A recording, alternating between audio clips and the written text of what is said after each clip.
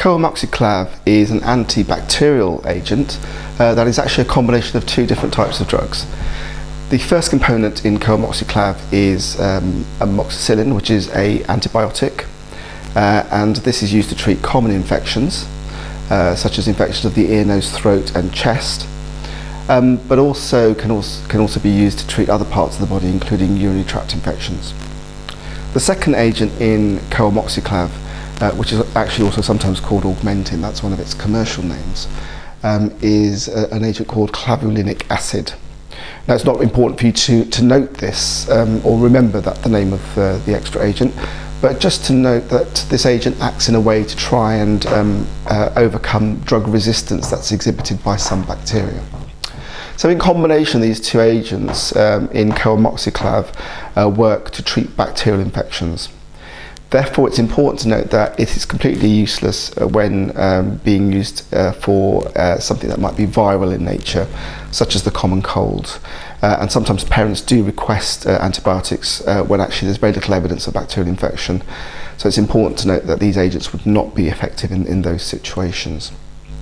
Because co-amoxiclav contains amoxicillin, this is part of the penicillin group of antibiotics, and therefore if you're allergic to penicillin, you'll also be allergic to co-amoxiclav.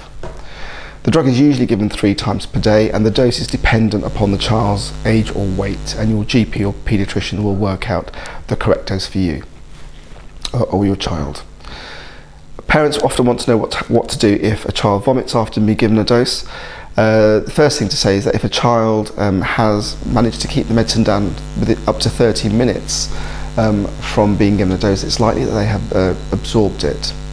If, however, a child vomits within 30 minutes of being given a dose, as a rule of thumb, you can assume that absorption or effective absorption hasn't taken place, and therefore you should repeat the dose. And you might want to do that slowly to try and reduce the risk of the child vomiting again. If more than 30 minutes have passed, however, you should assume that the full dose has been absorbed, and therefore you shouldn't repeat it. So what are the side effects that we need to be aware of? Well, there are some very minor side effects, including a gastrointestinal upset, i.e. stomachache or diarrhea, and this usually lasts less than 24 hours.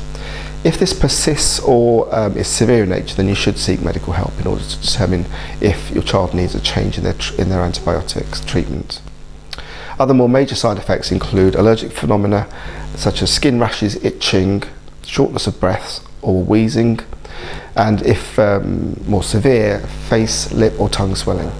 In these latter situations, it's important that your child is seen either at hospital or taken, if very severe, by ambulance to hospital in order to have medical intervention.